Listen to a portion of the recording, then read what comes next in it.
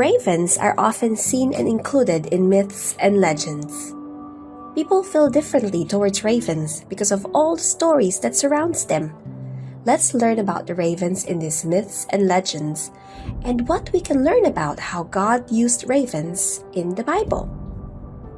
Then we will know if ravens really deserve to be called unkindness, treachery, or conspiracy. But what are myths and legends? Have you ever heard a story about the dragon, a hero, or a magical bird? That might be a myth or legend. Why? Because myths are old stories people told to explain the world, like where the sun comes from, why storms happen, or how people were made. They often have gods, goddesses, or magical creatures in it. For example, to explain how men and women were created, then there is the story about the malakas and maganda. Another example is a thunder god who makes lightning when he's angry, and that is where lightning comes from. Myths are usually just that, stories. They're not true. They're just make-believe, so that we can have an explanation on where things come from. Now, legends are stories about real people or places. But they've been told so many times, the facts, the information, and the fiction, or the make-believe, get mixed up. An example is a brave knight who fought monsters and became a hero. Are there really monsters? And what did a brave knight really fought? Maybe the real story is the brave knight fought in a war. But then, because it has been told so many times, it becomes monsters. So those are legends. Now, people in ancient times told myths and legends to teach lessons, to explain mysteries, or just to entertain each other. Some myths and legends are scary, some are funny, some are full of magic. But all of them are part of history, and of course, a lot of imagination. Now, myths and legends of ravens. Did you know there's a goddess who turns into a raven during battle? Her name is Morrigan, and she's from Irish mythology, or an Irish myth. Morrigan is the goddess of war and faith. And people believed that when she appeared as a raven flying over a battlefield, it meant someone important was going to win or lose the fight. She was powerful, mysterious, and could shape the future. Ravens and death. Long ago, people thought ravens were messengers of death. Why?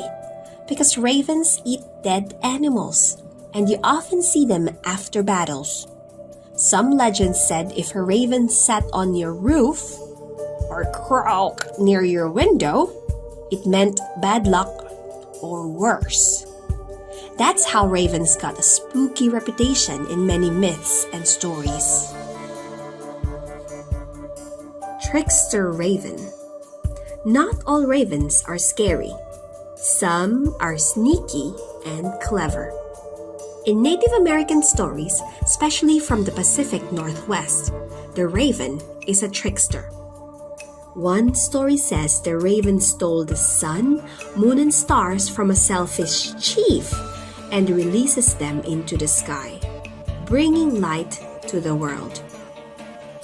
The raven could change shape, outsmart others, and cause a little trouble. But he often helped people too. Odin's ravens. In Norse mythology, the god Odin had two magical ravens, Hugin, which means thought, and Munin, which means memory. They flew all over the world each day and came back to whisper secrets in Odin's ears. Thanks to these ravens, Odin knew everything that was happening everywhere. Poe's Raven. A famous poem called The Raven was written by Edgar Allan Poe, a famous poet. In the story, a mysterious raven flies into a man's house and keeps saying only one word: nevermore. The poem is spooky and sad, but it shows how ravens are often used in stories to represent mystery and sorrow or sadness. Ravens as messengers. In some legends, ravens aren't just birds. They're celestial messengers.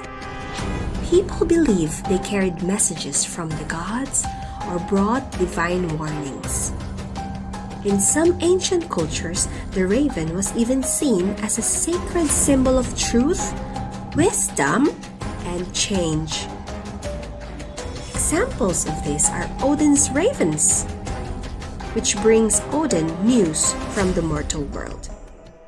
Another example is Apollo's raven in the Greek mythology.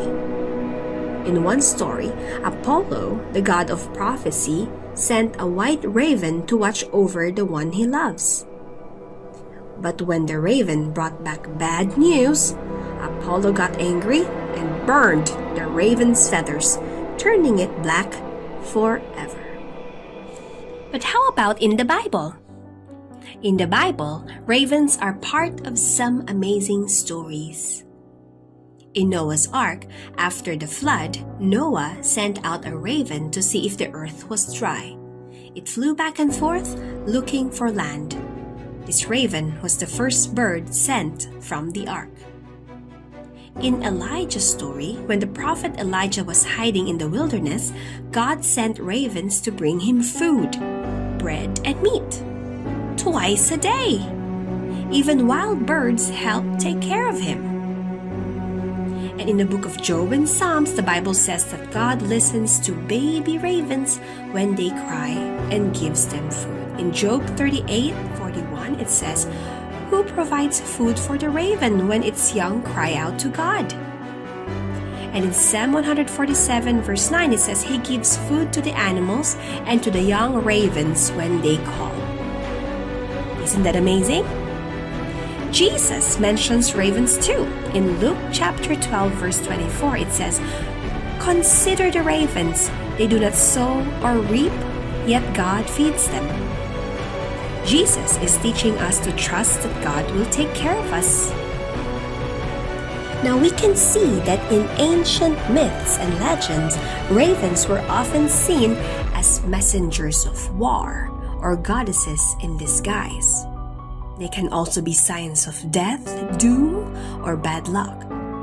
They can be tricksters and shapeshifters who cause trouble, or magic birds with secret knowledge. Now, people weren't sure if ravens were good or bad, but they were always seen as something mysterious. But in the Bible, ravens have a different role. Ravens are a helper for Noah after the flood. They are messengers of God's care who fed Elijah. They're a reminder that God even feeds the baby ravens. And a symbol from Jesus to teach us to trust in God's care.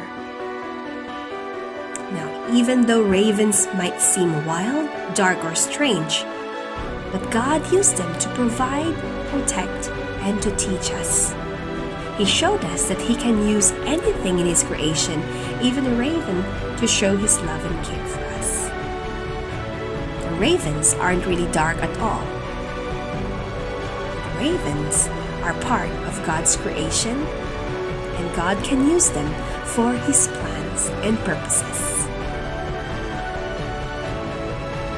Grok, thanks for watching!